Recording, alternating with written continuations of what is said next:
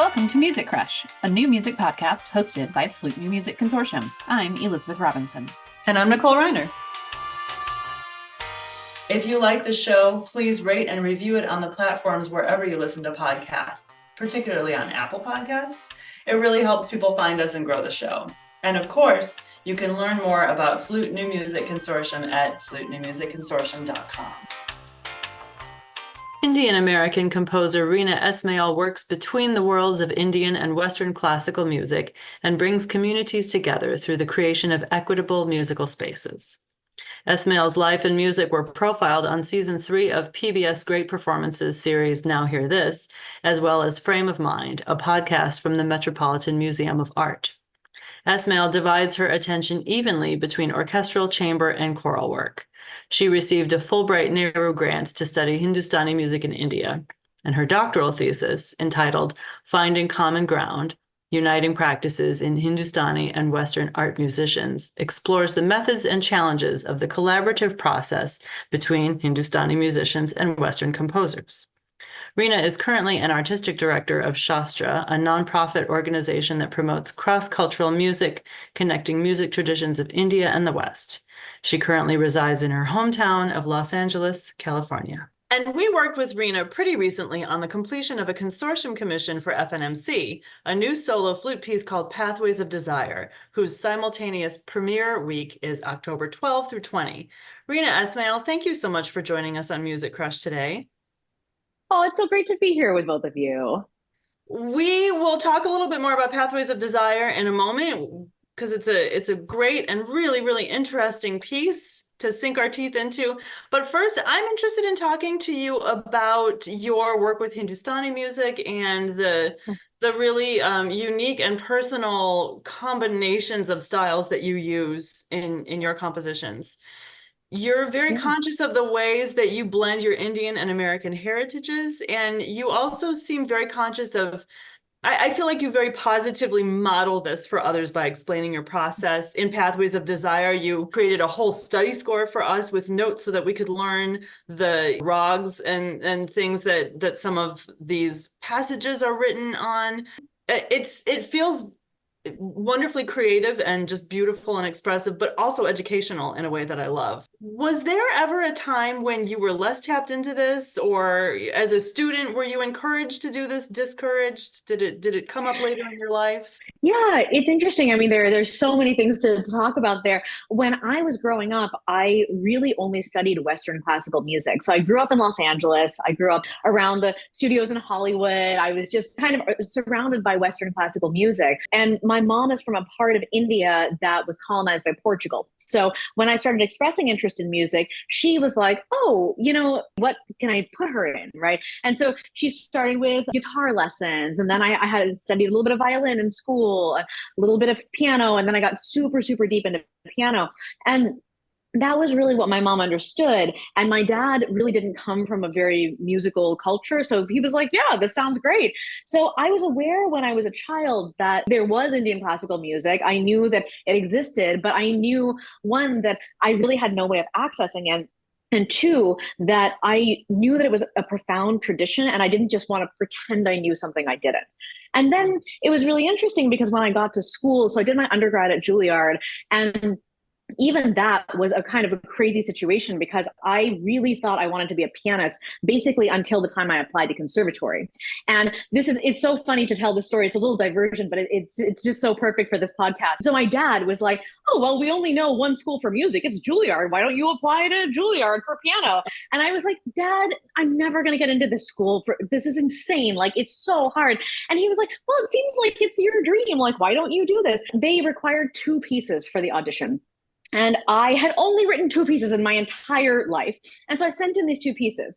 And something weird happened with the application where they actually really liked the pieces, but because I was also in the piano pool or something, they didn't let me know in time. So basically 3 weeks before the audition, they call me up and they're like, thank you so much for applying. We're so sorry we didn't send you out a letter. We would love to invite you for an audition. Please show up with 2 more pieces. And I thought, like, oh my gosh, well, I had only written 2 pieces in my entire life. What am I going to do now? And basically, it was hilarious because my composition teacher at the time, I went to an arts high school, and he was like, look, the easiest thing to do is just write a solo flute piece. So I'm going to take this one flutist, I'm going to stick him in the studio on this one day. You, whatever notes you write, that's what this guy's going to record. This is going to be your solo flute piece. So we literally did that. He recorded it on a DAT tape, and we just did it, and literally pushed me off to Juilliard the next day. And so it was funny because everyone loved this piece. And I think it was something where it went into my mind that I just have to do this. And I didn't actually have any inhibition. And so all these teachers like John Corigliano, I'm meeting him for the first time, Milton Babbitt, Bob Beezer, Sam Adler, all these people are looking at this piece and they're like, wow, this is a really special piece. And I was like, I just wrote it like 24 hours ago. So that was one of my first big experiences with music and with solo flute music. And I haven't written a solo flute piece until that moment. I mean, so all this to say, this is a real interesting homecoming for me, or like a second time around the block for me, writing this piece for all of you. At that time, I knew nothing about Indian classical music. That was a thing where I just was aware that it was there and I didn't know anything about it. And when I was going to school and all, and when I was young, it was kind of cool to stand out and be different. But people would always ask me like, oh, you look Indian. Like, do you do things with Indian classical music? And I would always feel slightly guilty. I think, well, I don't know. I mean, I'm working so hard just to study Western classical music. Do I also need to know everything about Indian classical music? And I do think that a lot of young people feel that way these days when they come from different cultures and people kind of question them about it and they're still trying to get their feet under them. And so the thing was that I was really legitimately interested and finding a way into my own culture. Because what's interesting in Indian culture specifically is that people in my generation, our parents did not encourage us to go into the arts, right? Actually, India has such a deep artistic tradition, but usually the people who immigrated here in the 60s and 70s were not people who wanted their kids to really pursue that in a deep way. They were more interested in more lucrative careers, totally understandable. They're immigrants, they want to make an impact in this country. And for me, I wanted to have a direct connection to the culture that felt like the deep connection I had to Western culture. So it took me a very long time until, my mid-20s to really deeply explore Indian classical music. And that's why, Nicole, I mean, I love what you were saying about how it has this educational bent to it. Because on one hand, I thought my career was going to be being a high school music theory teacher. Like that was 100% what I had signed up for. That was my goal. And the fact that this career that I have right now even exists is insane to me. Like I can't even imagine that this is what I'm doing right now. But the thing is, I really care deeply about making people feel that they have a path into whatever a thing is, because if you're not making the path clear, how can you expect someone to just get there right away? And especially for maybe flutists who are encountering Indian classical music for the first time, I'm not going to shame them for not knowing something if I haven't tried every possible way to give them every technique they can to make that feel like their own. I mean, there's certainly that. And then, I love being this person who is musically bilingual. And one of those languages, Indian classical music, was learned when I was in my 20s. And so I remember what it was like to not know that language. And I think, especially when I'm working with vocal music, for example, I'm teaching people to say words in Hindi. I did not grow up speaking Hindi. I grew up speaking another Indian language, and I had to learn Hindi in a class in my master's at Yale before I went to India on a Fulbright and then really got to speak Hindi. So I remember not knowing what those words were. And I remember having to work so hard on my tongue to get it to actually make those sounds that I have so much compassion for people who can't do retroflex T's and stuff like that. It is a journey for me, and it is something where I want everyone to understand, like, Indian classical music is one pole, Western classical music is another pole, but there are so many places in the middle that you can choose. You can choose to play something that is in a raga as if it's a kind of almost like a romantic flute solo or something. Or you could really have a command of Indian classical music and play it in a completely Indian classical musical way. Every place along that spectrum is totally acceptable, just like these places between cultures. They're not like these two monoliths with an abyss in the middle. It's a constantly blending and changing thing. I'm thinking about your social media account too, which also seems very encouraging and very educational. Are you trying to be a teacher? I mean, do you have goals for those of us in the public, who are consuming your social media and working on your pieces? Are you trying to still keep that teacher side of yourself going? Totally. I think there is this deep desire in me to teach like Theory 101 at a community college. Like I cannot tell you, like I absolutely love that idea. And I taught, not that it was a community college, but I taught at a Manhattan School of Music prep right out of my undergrad. And I remember teaching like species counterpoint to 7-year-olds. I mean, to me, that was just the most cool thing ever. So it's interesting you asked that, because also I've expressed this deep desire to my publisher, that I want to write more educational music. So I have pieces in Oxford University Press's Piano Time series, which is their method book, their piano method book. I wrote original works for them that kind of start to address Indian raga, and ABRSM. I don't know if some of your listeners know that, the International Music Exams Associated Board of the Royal Schools of Music. And they actually asked me to write a solo flute piece. So I wrote a little tiny baby flute piece for their grade 3 thing.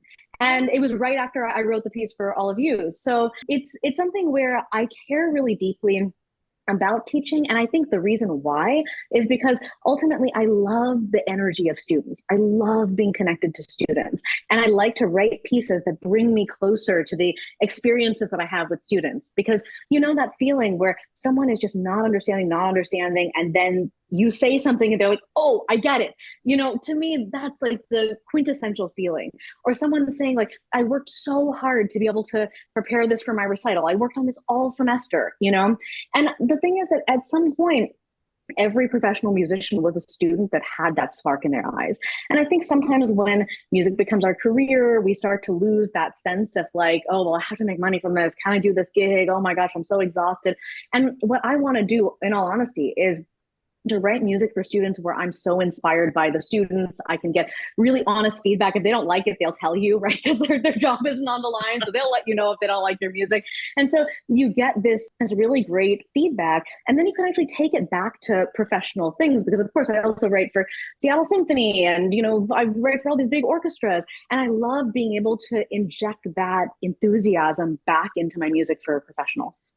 I'll find these and link them in the show notes so that teachers can find these pieces too. That's incredible. I didn't know that. Let's talk about you as a student for a second. Yeah. What was it like? So you alluded to the fact that you got to study in India on a Fulbright. How was that for you? What was it like being a student in India? Oh, it was amazing to be a student in India. And it's interesting because there were very different things that I enjoyed about being a student, at a conservatory versus being a student in India. Indian and Western classical music obviously address really different things. And for me, one of the toughest things, when I was really seriously pursuing piano is that my reading is not as good as my ear is. And it got to the point where, I would just have to memorize things because I just couldn't read them off the page. And it was always an issue. And then suddenly I get into this musical tradition where people are like, oh, no, we don't read. It's all by ear. I was like, oh my gosh, there's a classical tradition where you can do this. This is so cool, right? And so sometimes when we teach music, and we should, because of course, when you're learning any style of music, you really need to embrace it entirely and deeply to get far enough at it. But I wish I had kind of known that there was a style of music that worked with the way that my mind naturally works. And so I found that, Western music was so fun and such a challenge in certain ways. And then Indian music was a challenge in the exact opposite ways. But another thing culturally that I found so fascinating is that the teachers there, and all my Indian music teachers, because the kicker is after I got back to the United States, and I grew up in LA, I still live in LA, and I realized that Lakshmi Shankar, who is Ravi Shankar's sister-in-law and one of the great classical vocalists, actually was living in LA. And how did I not know this, that we were all there at the same time, but it's such different communities. And so what was amazing was that all these teachers who were Indian teachers, they had this attitude towards me of like, look, we don't really know what kind of music you were doing before, but, thank goodness you found your people and, we just know you're going to do great at this, And it was just really funny because I was like, you have no reason to believe that I'm going to be good at this because I'm right at the beginning, whereas I have a doctorate in Western classical music, right? And so I was like, how do these people have such faith in me? But I do think it's the same kind of thing where, when you go to another country and somehow you look like the people there and they think that, oh, you must know the language. So they start to talk to you in that language. And because of that, it makes you understand the language much more instantaneously because they're speaking to you as if you're going to understand. And so I felt the same thing musically, where people were like, "Oh, of course you're going to get this. Like, why wouldn't we? Why would we ever think that you wouldn't get this?" And so it made me actually understand it because they challenged me in that way. So it was fascinating. And then throughout my education, before and after, I've just noticed that I noticed like where the information is coming from. Like sometimes there are teachers that are like, she doesn't seem like she's going to get this. And then it's always harder for, you doubt yourself. And when teachers really believe in you and fundamentally believe that you're going to do well, you rise to meet their challenge. And so that was a really important takeaway from that time. That is a very sage perspective. Yeah, it's wild. It's wild.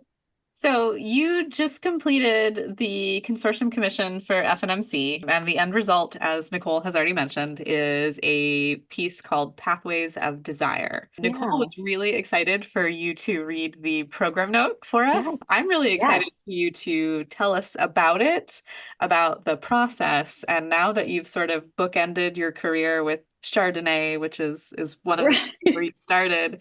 And having just completed the solo work for us, I'd really love it if you'd talk a little bit about the difference in experience between those two. Yeah, absolutely. Should I read the program note first, maybe, and then go from there? Yeah, I think that was a really long list. Let's start with the program note. Okay, great. All right, here's the program note. A pathway of desire is an architectural term for an unplanned trail that has been eroded into the ground through repeated use, such as a rut in a lawn where the dirt is exposed because people cut across it constantly. It's not the paved, prescribed path, but it becomes discernible because enough people do deviate from the recommended path in that particular way over time to carve out that new way through. I've been thinking about the times we follow these pathways of desire when navigating through our own lives.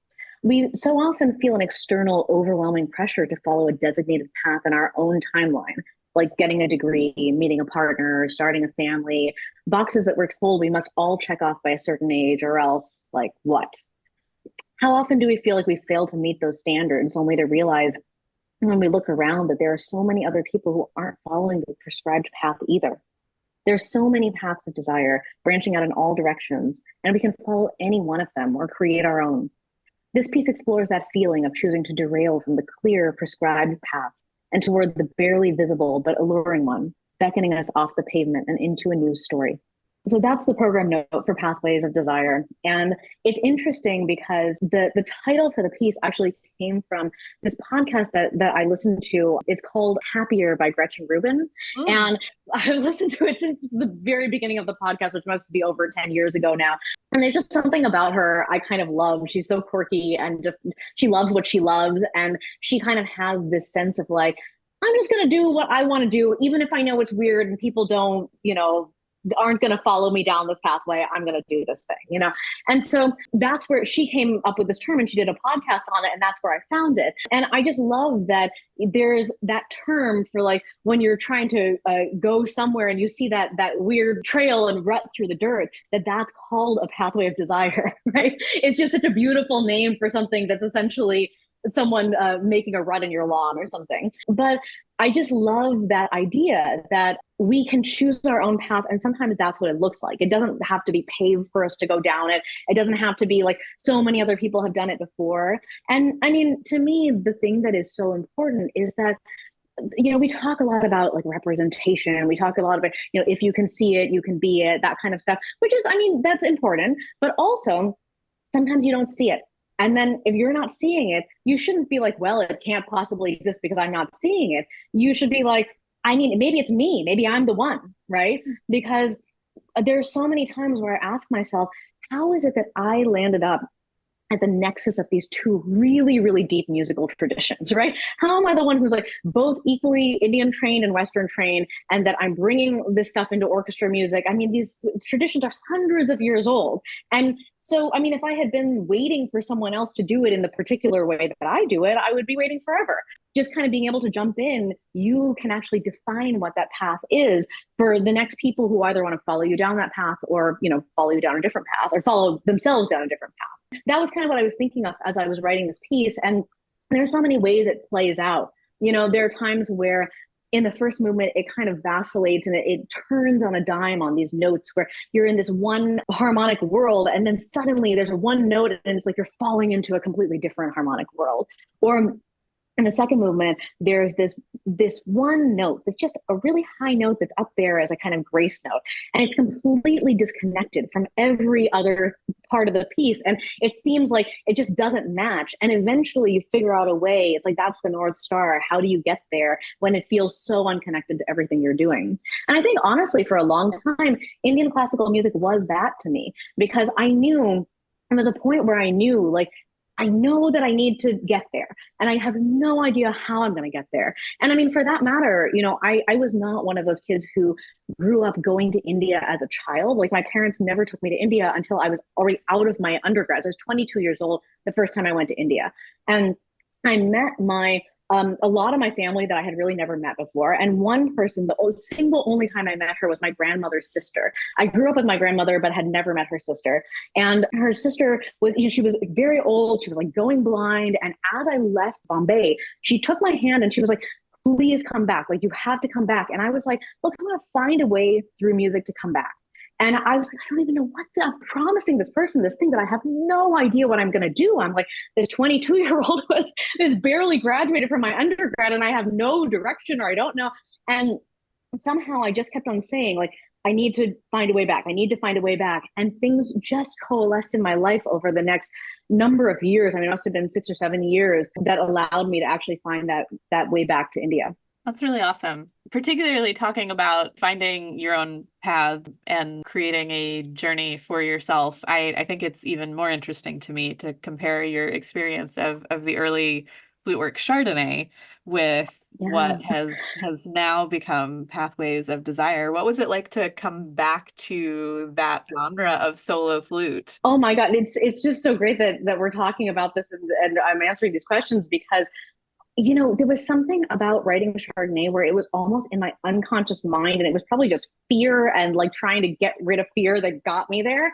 And also, like, bear in mind, my world was so small in composition then. And so, I was talking to another flutist who was playing Chardonnay recently, and she said, actually, it's a really good prep piece for Debussy Syrinx. And I was like, I'm so glad that you mentioned that, because that was one of 2 solo flute pieces I knew at that time, right? It's like Downstairs La Chèvre and Syrinx. That was it.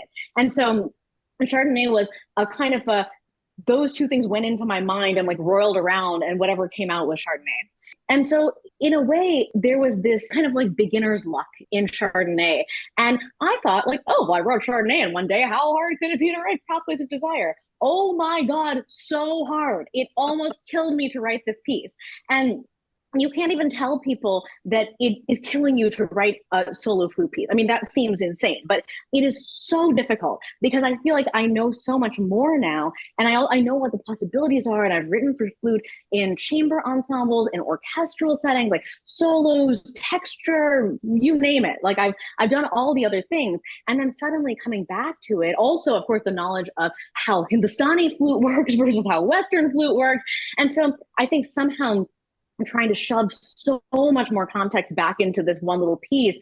That was really, really tough. And a lot of times I just had to kind of turn my brain off of, like, I mean, speak about Pathways of Desire. Every time I'd be like, there's 10 ways this can go. How do I make this work? That was really, really tough. And so I'm excited, actually, the way that the consortium works. There's so many people who perform it. And so you get a lot of feedback about what are people seeing? How are they interpreting it? How comfortable do they feel or not with certain things? You get that feedback right away. And I think that I'm really looking forward to that. I'm often curious about this composer's perspective, because we're the ones who get to exert all the control over your piece when we're performing it, and you relinquish control once you've finished writing it and given it to us. Do you have any particular hopes for this piece? Any things that you're hoping you hear, or that you're sort of concerned might crop up? Or do you try to just, give the piece away and just blank slate and just listen to everything without prejudice to keep from getting your heart broken? I'll tell you, like, when my heart gets broken is when I feel like someone's not trying. That's really hard for me. It's like when I see that someone's given a performance on my piece and they just could not care less about it, that I feel like we don't realize as musicians that when people are not musicians, and when they're not able to say, oh, that note was a little flat, or like, oh, why did they take so much breath there, or whatever, when they don't have that language, they're very tuned in onto how the performers actually feel. And so they can tell when a performer is not passionate about a piece much more than other musicians can. And I think it's also true the other way. Like when I go to see a play or when I go to see dance, it's much easier to tell when people are passionate or not about it. And so to me, like, for example, I have this solo cello piece called Varsha, and it's been played, I mean, like hundreds of times. And there are times where I'll find on YouTube like recordings of 14-year-old kids playing it, and you can tell that they have practiced their heart out to be able to play this piece. Some of them are professional level, some of them are not, but all of them, I'm like, oh my gosh, it just makes my heart sing, because they're trying so hard to play this piece to the best of their ability. And so to me, if anyone is actually has put in the time and the thought and is trying, it gives me a lot of information, right? Because they're putting their best foot forward. And then I can say, okay, like 10 people have put their best foot forward here. Everyone is doing this same thing. That must be me. Like I must have written something that doesn't work there, that allows all of them to go this way that I didn't necessarily think that they would go. Or, I mean, the other thing is that a lot of times I discover things about my own music because I think I'm such a control freak when the thing is in my hands. The minute it's out of my hands, I'm like, I'm just learning about you, you know? So you're showing me who you are when you're playing my piece, right? Like I know how I want it to go, but you're showing me like, you know, how do you think about pacing? What is your other musical instinct? Again, for singers, I often notice that if someone has any non-classical Western musical training, that training will come in when they sing my piece. So if someone has like a jazz training, you'll start to hear that in their voice. If someone has like a Jewish cantorial training, that will come in. And it's so fascinating to hear, like I put something on the page and I'm hearing it in like every culture.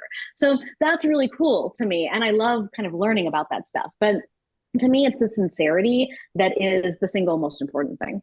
Oh, that's so open-minded of you. And it's very comforting to hear as a performer too. Yeah. Yeah. It's like, if you're there, I'm there with you 100%. You've written so much for all of the major ensembles in the Western tradition. You've mentioned flute pieces and keyboard and vocal and cello. Are there any instruments that you find more challenging or that you've kind of shied away from, or conversely, instruments that you particularly love writing for? Oh, I'll start with the second one. I'm such a big fan of like oboe English horn. That to me has always been something that I've really, really loved. And I mean, I think anyone who's an oboist will really be able to tell that in my music. There's certainly that. And I feel like, and of course the cello. I mean, gosh, who doesn't love the cello? I'm like every composer, I love the cello. But I feel like some of the hard ones for me, which I've actually really enjoyed writing for, but the tough stuff is brass. Because in all honesty, I have never blown into an instrument in my entire life, right? Maybe the recorder when I was in elementary school, but I've physically never felt my breath go through an instrument. And when I compose, like it's interesting because I work with a dancer a lot and she choreographs a lot of my work. Her name is Yamini Kaluri, super awesome, both Indian and Western trained. And it's amazing because I sometimes feel that when she's choreographing my music, it is like when I've kind of done these scribbles on the page that first show how my music is supposed to go, like the trajectory, she's making those same shapes with her body.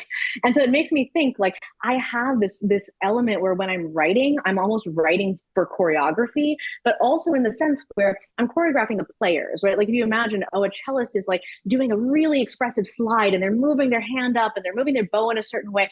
I physically feel that while I'm writing for that instrument. But it's because, okay, I play the violin at enough ability to know what that feels like.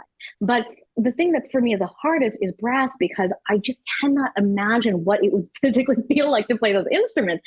And what is hilarious is that brass players have sought me out to be like, we think your music is going to be great for brass. And I was like, that can't possibly be true.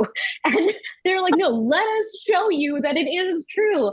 And, you know, it's like I had this amazing collaboration with a trombone player who was like, I really think that this is going to work for trombone. I'm like, go wild, like, let's see. And we built something amazing together because she was she was like, look, if you can get it into this very lyrical style that you have, I will figure out how to make it work technically. And we did. And we created something that really doesn't sound like anything else in the trombone rep because of my lack of knowledge of the trombone and her amazing knowledge of the trombone. So I feel like brass just scares the heck out of me, but it's not for lack of trying. What is the trombone piece that you're referring to right now? It's just my sonata for trombone and piano. Yeah, okay. That's all it's called. Well, with that background, I'll go back and listen again. That sounds fascinating. Yeah. Yeah, that's all Brittany Lash. She's just absolutely incredible. Can we go a little bit wider lens for a minute? Do whatever you want with this question because it's more than a little bit wider lens, actually. What, as a composer, do you think is the biggest challenge you're facing in your work right now? That's interesting because I feel like there's challenges that are within my work, like when I'm sitting at the piano trying to work something out, what those specific challenges are. And like challenges that are very music centric are like, for example, Indian classical music doesn't have harmony, and Western classical music doesn't have the same level of melodic complexity that Indian classical music does. And so when you're thinking about the concept of cadence, like how do you think about it so that it makes sense to an Indian listener and to a Western listener?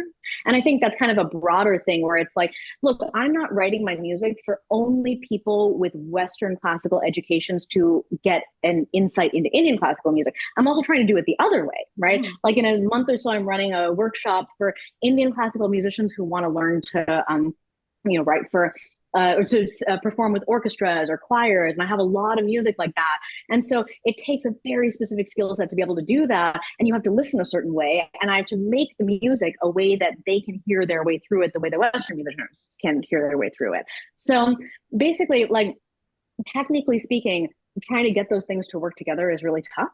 And then when you move out, it's like every kind of that challenge, right? Where, like, for example, there's Indian rhythm players and choirs hear where the beat is in very different ways. And those to me are the hardest two things. So I wrote this requiem, which is choir, Indian classical singer, and tabla player. And so tabla is the Indian drums.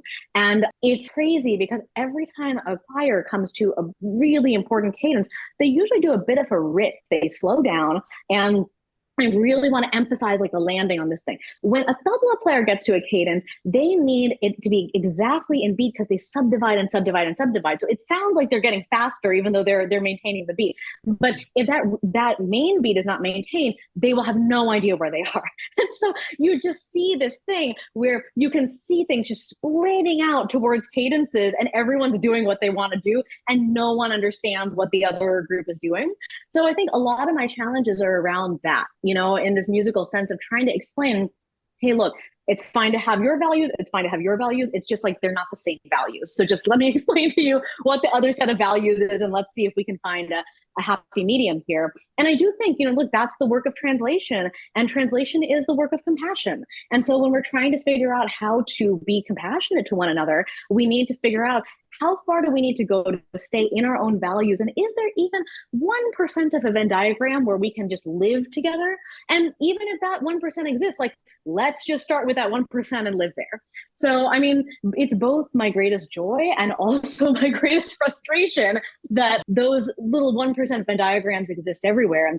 And when there's not even that 1%, how do I actually just figure out what the closest thing is and try to create that 1%? Sounds like you've set yourself up to be a mediator, a musical mediator. Yeah, I'm actually a very good mediator too. And also a very good negotiator, like especially in Hindi. So yeah. Well, speaking of secret skills, Nicole and I both work a lot with students.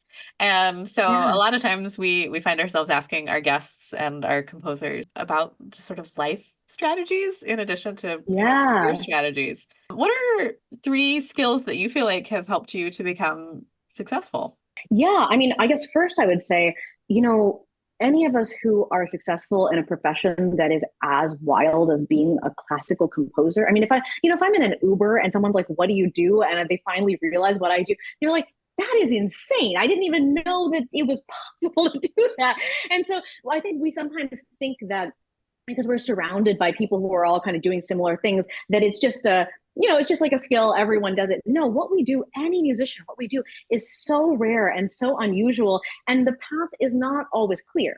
So first of all, I would say to anyone who's young and listening to this, if things are not going your way, please know that it's usually not and not always you. There's some parts you can control, but most of it is just like how your work meets the world. Because remember that, like, for me, my work, the work that I sit and do at the piano by myself in isolation, that's my relationship with my own highest self and my own art. And that's like a very sacred relationship that just exists within me.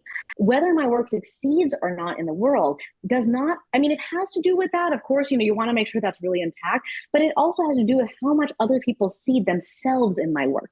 Right. So I can't necessarily control how or what someone's going to see in my work, or even if they're going to see something in my work that speaks deeply to them, that is not my intention at all. Like there are people, so many people who love my work where we do not share the same values. And you know what? That's okay, because music is about connecting people to their own highest self and their own experience. And even if someone who doesn't share my values loves my music, I mean, that's great. We've made some kind of connection. Again, that little 1% connection. So all that to say, there are a lot of things that you can do to control that own inner experience you have. And it is really, really important to focus mostly on that, because otherwise you'll go crazy. I would say one thing that is more a trait of mine that is unconscious, but that has helped me a lot. And I noticed like a lot of times, especially with young women I work with, people will say, oh, someone told me I couldn't do this. And then I just was like, oh, I'm discouraged. I'm just going to go away. For some reason, that was never my response. Whenever someone told me that I could not do something, I will be like, I will prove you wrong or die trying. Like that was my whole thing. And I mean, again, it's not a great way to live all the time, because sometimes people will goad you and then you'll go down the wrong path. So it's not like a great thing always. But I do feel that there were many times where someone was like, I don't think you're that great. And I was like, I will show you. And that actually motivated me to do things that I wouldn't have necessarily done if I felt more comfortable. Because, for example, like I was a kid who was really good at school. Like anything that I could be the valedictorian of, I was 100% the valedictorian of that thing. But because of that, I didn't feel the same desire that I felt for music, right? When I was at piano competitions and I was like, I would have these like blank moments where I would forget things. And I thought, this is so scary, but also I love the challenge, because if I'm going to get old in a field, I don't want to be bored. Like I always want to be doing things that challenge me. And believe you me, being a composer is very challenging. And so I feel like it's exactly what I needed. Like I didn't want to be someone who was comfortable, and I never expected to be comfortable. And so this is exactly me living my dream. So that one thing, then responding to things that are difficult by saying like, I will show you. I know I can do this. I'm going to do it. Right. The other thing is that when you're young and you're in a music program, for example, and you're trying to think like, how do I actually, like, how do I make it out of here? And how do I make it into a professional career? Which is, I mean, one of the hardest things, right? To me, it's like, you're trying to figure out which of your peers are people that you should kind of start to make alliances with and do projects with and all that. And I think conservatory sometimes picks a winner, right? And says, this is the person we're going to invest in. This is the best violinist here. This is the person that's going to get management. And the thing is that sometimes that person shares your values and sometimes that person does not share your values. And if you kind of hitch yourself to someone who you fundamentally don't believe shares your values, remember, if you're in your 20s, everyone can get better. Like everyone can get better. Just 10 years of practice is going to make anyone do really, really well. So even if someone's not necessarily the most advanced musician or the one that's getting the accolades at that moment, if you find like this person shares my values and you kind of attach yourselves to one another and you build something around those values, it's infinitely exponentially easier to do something with someone who's going to go the distance with you. So to me, it was always about that, finding people that shared my values and just building things with them. You know, so many of my very close friends are people that I went to high school with, like I went to an arts high school with. And so it's been great to kind of see them grow. And like the person who I think I talked about this in the audio guides for Pathways of Desire. I have this friend who, she was a dancer when we were in school together. She's basically done every single art that I haven't done. So she's been a dancer, she's been a filmmaker. And then, you know, she was writing this book for like 7 years and she kept on sending it out. And like, I knew she was brilliant and we'd known each other since we were 15 years old. And I just was like, what's happening? Like, why doesn't anyone want this? All of a sudden, she went from 0 to 90, won a major prize in the UK, and is now, you know, published by Penguin Random House, right? And so it's like, it's been amazing to just kind of watch her trajectory over such a long time and to see someone who, like, we really shared the same values. My path was just kind of more incremental, and hers was like nothing one day and like famous the next day. And so in the audio guides to Pathways of Desire, I talk about this passage where her grandmother is dying, and she's kind of counting the time, and it's so beautiful and poignant. Her book is The Observable Universe. Her name is Heather McCalden. Her work is just absolutely incredible, and it's been so great to see her over that long period of time, to see how our joint values played out in such different but really equally beautiful ways. So, I mean, those are the two things that I would say are really maybe the most the most salient that I can think of right now. Are you familiar with the book Mindset by Carol Dweck? Oh, I feel like I read it a long time ago. You are so beautifully embodying, like anybody who doesn't want to read that book, you should, because it's good for you, but you can just listen to this podcast episode instead. You are the poster child for growth mindset. It's beautiful. Oh, thank you. I will take that as an amazing compliment. Thank you so much. Well, and it's, finding joy in those challenges rather than letting them hurt your feelings. You have a long life if you're lucky. So the majority of your life will probably be hopefully encountering new things that you're not perfect at right away, but you get to learn them. So, well, and I mean, I'm so glad you brought this up, because there are, a lot of times people will see only the things that are the successes, and they'll say like, oh, she seemed like she had a straight shot to the top. I did not. I mean, when I was at Juilliard, I was not the favored person. There were 5 people in my undergrad class, and I was the only one who didn't get in for masters. Like I was the person they were like, yeah, she's not going to be anything. And they kicked me. Not they kicked me out of the school, but I just didn't get back into the next program, right? And I've been a lot of times the person that people are like, we don't know what she's doing. It seems like she likes this music. It's fine. Like, to do whatever you want. And so it's actually the fact that people were lukewarm about me that gave me the ability to be like, well, if no one believes in me, why am I doing this? And then it's like, okay, if I have a very clear idea of why I'm doing this, then I can have that same feeling when people believe in me. And now what's really interesting, and this is, I mean, we talk a lot about people when they're trying to become successful. There is a really interesting turn when you actually do like kind of achieve your dreams and do everything that you've ever dreamed of doing, is that you still are that person who wants challenges. So I really seek out things that I'm actively bad at, and I do those things, right? Like a couple days ago, I was in Colorado and I did a 13-mile hike, like whatever, 3,000 feet up the side of this mountain in Steamboat Springs. And I was like, I might die on this hike. Like, I'm really bad at this. Everyone who went by me, I was like, please go by me. I'm so slow. I'm really terrible at this. I'm so sorry. But like, the thing about it is that you need to feel that feeling of being at the beginning of something sometimes in order to remember what it is. And the further you get in your career, the easier things become in terms of like, people will do everything to make sure that you have what you need, but you have to continue to challenge yourself. So I do a lot of things where I am just embarrassing myself publicly in other arenas in order to be able to maintain that feeling. It's really important. Well, speaking of dreams, if there were no limits, what would you love to do that you have not yet done as a composer? It's interesting because I kind of feel like there are no limits. Like, there used to be this thing where I would keep this dream list of like, oh, these are the things that I want to do. And then conductors would sit down with me, like famous conductors, and be like, well, what's in your heart? And I'd be like, this crazy thing. And they're like, great, we will schedule it and we will do it. And I'm like, oh my gosh, like, this is insane. Writing a concerto for orchestra. I was such a fan of Bartok Concerto for Orchestra when I was a kid. I actually copied out the first movement, like just by hand when I was in my teens, because I was like, I just need to know everything about this piece. And so I was always like, well, I really want to write a concerto for orchestra. And unfortunately, I can't tell you who the two orchestras are right now that co-commissioned it, but they're two very, very big orchestras in the US.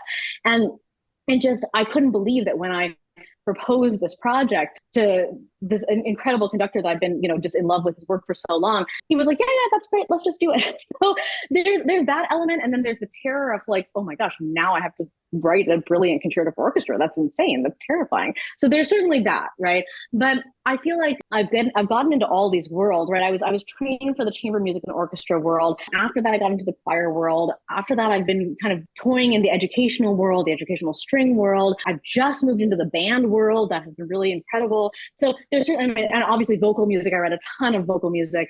So musically, I feel like whatever I want, like people will meet me there. And that's like the coolest position to be in. I'm now trying to think structurally, what do we need to do to kind of support this industry? Because I think it's been going through a lot of changes, and, we need to think about like, what are we really doing to kind of galvanize things? And I can't say that I have all the answers for that yet, but I feel like there needs to be some model around, like, conservatory needs an update. right? And I'm not sure exactly what that means and how it plays out. For example, a really beautiful, I wouldn't say it's yet an alternative to conservatory, but Gabriella Elena Frank has this awesome program in the Bay Area where she brings people in and she talks to them deeply. She creates this group of people that are there just because she feels that she's curated it in this way where they can really learn from one another and fill in each other's skill sets.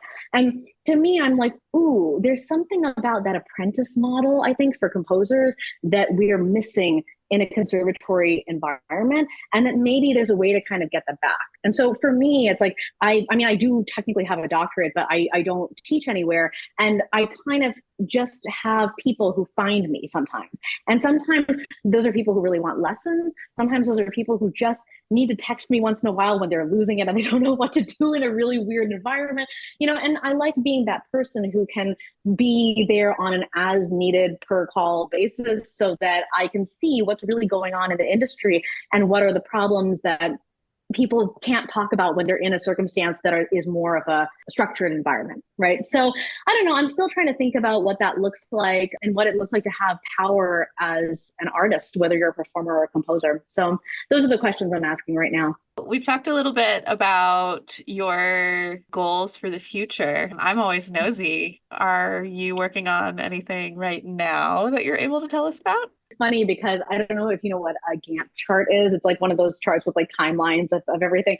I had to make a Gantt chart for all my open projects because there's 29 of them right now. And they range from things that are very small and curtailed all the way to this concerto for orchestra that I was talking about, which will happen 2027, I'm guessing. I've just got to still figure that out. But yeah, so there's certainly like large orchestra pieces. And then I actually am loving, again, getting into the band world a little bit more, doing some stuff for band, because, to go back to what we were talking about education and having people who are really invested in your music, playing your music. Oh my God, the enthusiasm in the band world, like it just blows me away. And I'm like, for me, not knowing, I'm learning everything about all these instruments by secondhand because I've never played any of the instruments. But at the same time, people are so forgiving and so creative that it allows for growth to happen very, very easily. So I'm really excited about all of that. And yeah, everything from very, very basic little piano pieces all the way up to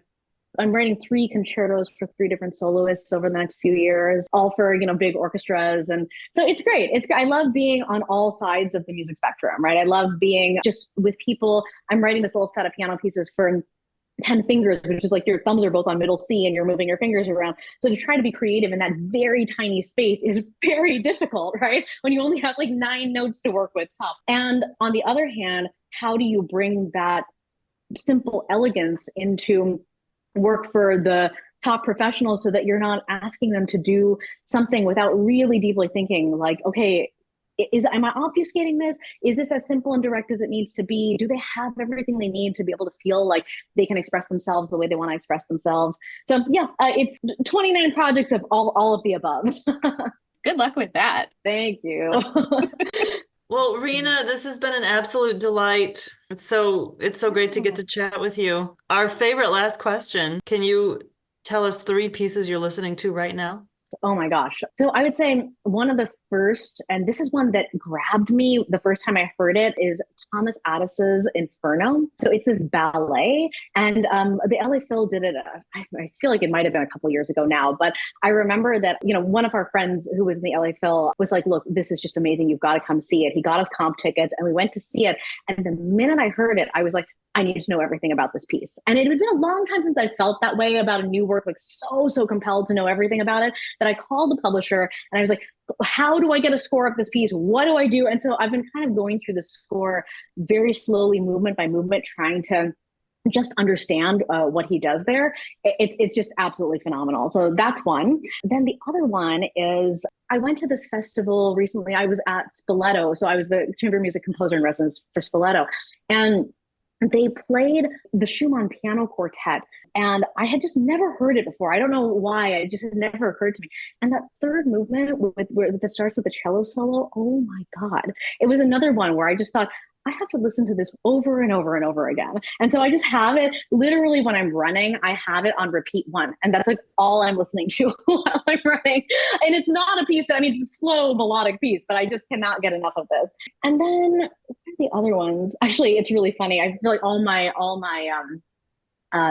things that I'm listening to are like while I'm traveling or something, because I've been traveling a lot this summer. So I decided to drive from Los Angeles to Colorado, kind of at the last minute, and then drive back. And I didn't quite, it was already dark when I was like getting into Colorado a couple of weeks ago, and didn't realize that I was going to be taking a different route than I was used to. So there was definitely 66 miles on this route where I was terrified. Like, I don't know if I'm going the right way. There's no signal. I could just die here. Like, I don't know. And so I was like, what am I going to do to make myself not panic? And so I was like, look, I know the Mendelssohn first movement, a Mendelssohn D minor piano trio, every 10 miles, like it's going to be one repetition of this thing. So I basically just put it on repeat one, like 6 times until I got to my destination. And so I've always loved that piece, but it just had a new level of like, okay, Mendelssohn, you and me, we're going to get to the end of this drive. It's going to be fine. So yeah, it's a very, very, I mean, that has always been one of my number one desert island pieces, but that especially made us much closer. Mendelssohn is medicine. Amazing. We'll put these in the show notes too, so everyone else can find their own uses for these, for the Mendelssohn. Yeah. Thank you so much for joining us. It's been great talking to you. Yeah. Oh, it's been so great talking to both of you. This has been really wonderful. Thank you for joining us for another episode of Music Crush. You can subscribe wherever you get your podcasts. You can also support the podcast, read show notes, and learn more about FNMC by visiting www.flutenewmusicconsortium.com.